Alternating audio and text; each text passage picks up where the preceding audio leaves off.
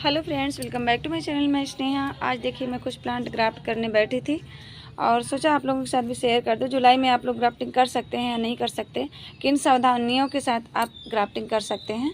वैसे सबसे बेस्ट जो मंथ आप देखेंगे ना तो फरवरी का होता है, बहुत ही ज़्यादा अच्छा होता है फरवरी मार्च का मंथ। लेकिन जुलाई अगस्त का महीना भी जो होता है ना, ग्राफ्टिंग बहुत फास्ट सक्सेस होती है। बस कुछ बातों का आपको ध्यान रखना पड़ता है। तो उनमें से कौन कौन सी बातें हैं जो आपको ध्यान रखनी है। तो सबसे पहले तो आपको देखिए मिट्टी, आपको जो ये रूट स्टॉक की है ना, रूट स्टॉक इतना होना चाहिए कि कम से कम कि 9-10 महीने का या साल भर का, कम से कम साल भर का होना चाहिए। मेरा साल भर का नहीं है, मेरा भी लगभग 8 महीने 9 या 10 महीने का होगा।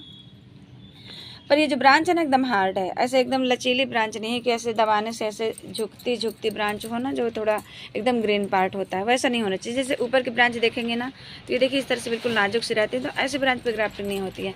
ये जो हार्ड वाला होता है ना, ऐसी ब्रांच पे ग्राफ्टिंग होती है, सक्सेस होती है, मतलब ज़्यादा अच्छी। नहीं तो ग्राफ्टिंग करते समय ब्रांच लचक जाती है तो फिर वो ख़राब हो जाता है। दूसरी क्या करना है आपको, उसकी मिट्टी को आप चेक करके देखिए, मिट्टी सूखी होनी चाहिए।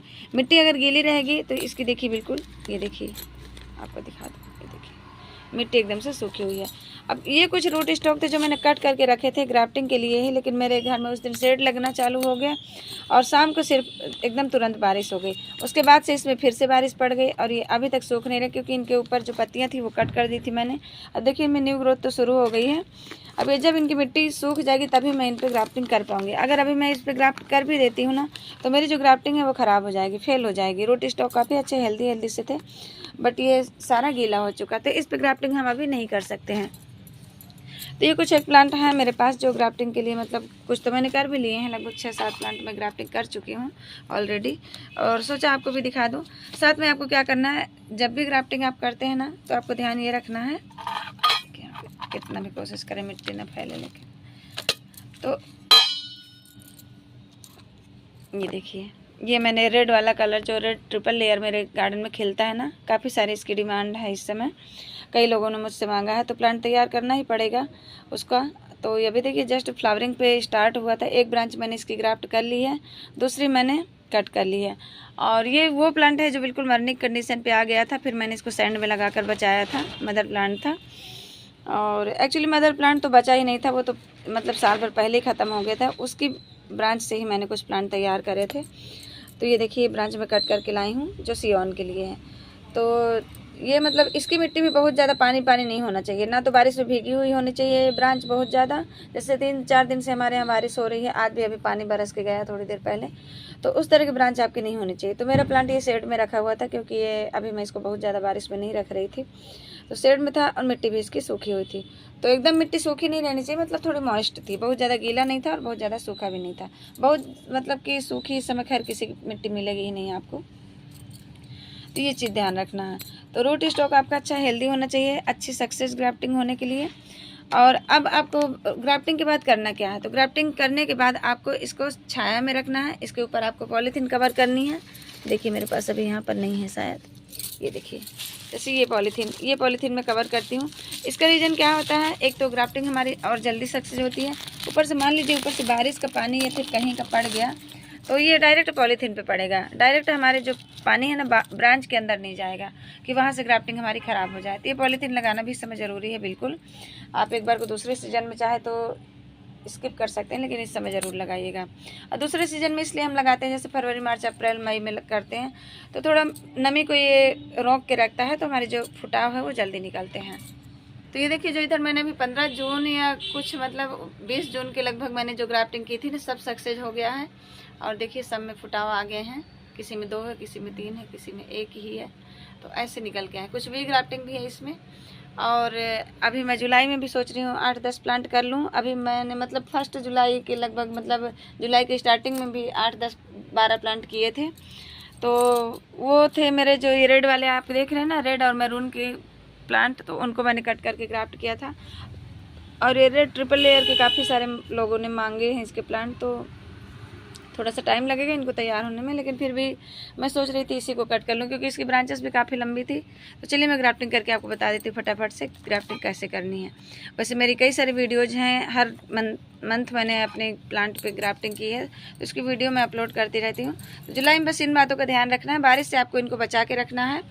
और जो प्लांट आप कट करेंगे ना, जो इसका मदर प्लांट है जिससे हमने सियोन लिया है, उस प्लांट को भी अच्छे से आप फंगिसाइड और नेल पेंट से कवर कर दीजिएगा उसकी ब्रांच को, और साथ में उसको बारिश से बचा के रखिएगा, नहीं तो वो प्लांट आपका फिर से ख़राब हो ही जाएगा।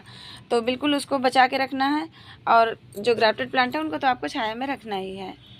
तो ग्राफ्टिंग के लिए जो ज़रूरी पार्ट है, एक तो है ग्राफ्टिंग टेप, उसके बाद ब्लेड, इसके बाद ये रबर बैंड और ये सियोन जो हमारी ग्राफ्टेड ब्रांच होगी वो, और उसके लिए रूट स्टॉक जो सबसे ज़्यादा ज़रूरी है। तो ये चीज़ें, इतनी चीज़ें होने ज़रूरी है हमारे पास। और रबर बैंड नहीं होगा तो भी चल जाएगा, आप टेप से भी बांध सकते हैं। ये जो पॉलीथीन में लगाते हैं, और ये पॉलीथीन लगाने के लिए हमको रबर बैंड की ज़रूरत होती है। बाकी मैं ग्राफ्टिंग टेप से ही करती हूँ, उसमें रबर बैंड कभी कभी जैसे ग्राफ्टिंग टेप बीच में टूट गई तो मैं रबर बैंड ऊपर से लगा देती हूँ। और आप उसको छोटा पीस कट करके ऊपर से रबर बैंड भी लगा सकते हैं, उसमें कोई दिक्कत नहीं होती है। तो इस तरह से कर सकते हैं। तो इस समय पे जो होता है, जब हम कट करते हैं ना तो सैप बहुत ज़्यादा निकलता है। तो एक कट आप पहले कीजिए, उसको टिश्यू पेपर से थोड़ा साफ़ कर दीजिए।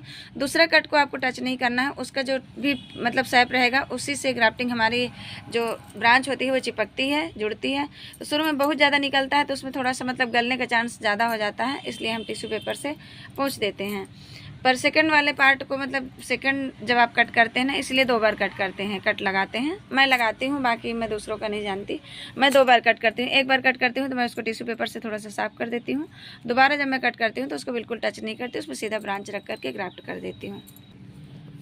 तो देखिए न्यू ब्लेड आप लीजिए, काफ़ी अच्छा आपको मतलब ब्रांच कट करने के लिए सही से एकदम शार्प कट लगना चाहिए, इसलिए न्यू ब्लेड आप लीजिए। और पुरानी कोई भी ब्लेड मत लीजिए, है तो आपके पास शार्प नाइफ है तो उसको आप यूज़ कर सकते हैं। तो ये देखिए सबसे पहले हम ब्रांच को कट करेंगे, तो पहले मैं सबसे फर्स्ट में एक कट लगाती हूँ। ये देखिए थोड़ा ऊंचाई से लगाएंगे फर्स्ट कट, ये देखिए। और वैसे मैं सिर्फ 3 इंच की हाइट पे ही ग्राफ्टिंग करती हूँ, लेकिन बहुत सारे लोग बोलते हैं ना कि हमको बड़ा प्लांट चाहिए, मतलब प्लांट की हाइट बहुत छोटी है, प्लांट का साइज़ बहुत छोटा है। तो साइज आप जितने नीचे से ग्राफ्टिंग करेंगे ना, प्लांट उतना ही खूबसूरत लगता है। और ज़्यादा लंबा प्लांट देखने में उतना अच्छा नहीं। तो एक कट देखिए किया मैंने, और ये पेपर से मैंने लगा दिया था। अब सेकंड कट फिर से लगाऊंगी, थोड़ा इसको नीचे से, ये देखिए एक बार में इस तरह से शार्प कट लगना चाहिए। अब जो ये ब्रांच है ये काफ़ी देर से कट की हुई है, तो इसको भी हम थोड़ा सा न्यू कट लगा लेंगे इसमें एक बार। थोड़ा अंधेरा हो गया है पर फिर भी आप लोग ध्यान से देखिएगा। और नीचे कोई प्लेट वगैरह रख लीजिए, तो जो कट है ना आपका अच्छे से लगेगा। इसमें आपको देखना है कम से कम 2 नॉड होने चाहिए, एक, और यहाँ पर अगर मैं दिखा दूँ तो यहाँ पे काफ़ी दूर दूर पे ये नॉड है, तो मुझे ये वाला पार्ट हटाना पड़ेगा। ये यहाँ पे एक ही नॉड क्योंकि मिल रहा है मुझे, ये ठीक से दिखा भी नहीं पा रहे। तो अभी देखिए ये वाला और ये वाला, ये 2 थोड़ी दूरी पर है, लेकिन फिर भी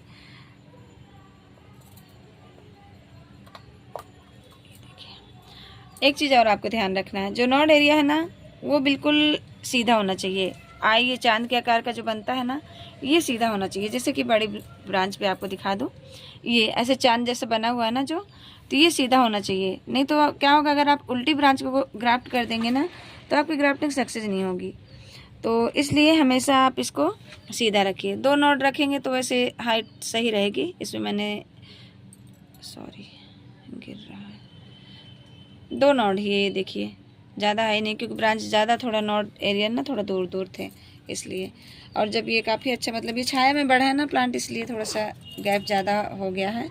नहीं तो धूप में जब अच्छे रखे रहते हैं ना प्लांट, तो उनका जो नॉड एरिया होता है बहुत पास पास रहता है, तो कम से कम 3 या 4 नॉड तक आ जाते हैं। तो उनमें चांस रहता है कि 3-4 ब्रांच भी आ जाए। अब देखिए इस तरह से टेप लेनी है हमको, और इसको खींच करके ऐसे करके लपेट देना है, बस थोड़ा टाइटली बांधना है। तो ये देखिए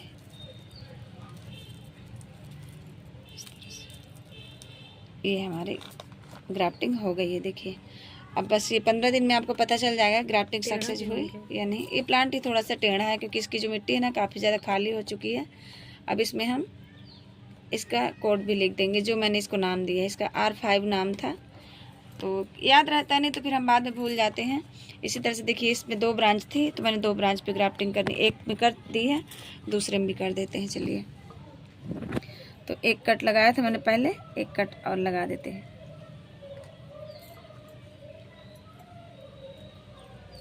तो यहाँ पे देखिए बहुत पास नोट है, जहाँ वो ब्रांच में ना बहुत दूर दूर थे, एक नोट यहाँ का कट भी गया। मैंने कोशिश की थी कि ये वाला भी आ जाए, लेकिन ये इसी में रह गया। तो अभी देखिए इसमें 3 नोट तो कम से कम आ ही जाएंगे। ये देखिए इसमें 3 या 4 के लगभग आ चुके हैं, पर ये पीछे का थोड़ा सा तिरछा है। सीधी कट बिल्कुल लगानी ताकि ये जो ब्रांच है ना अच्छे से इसमें बैठ जाए बिल्कुल से।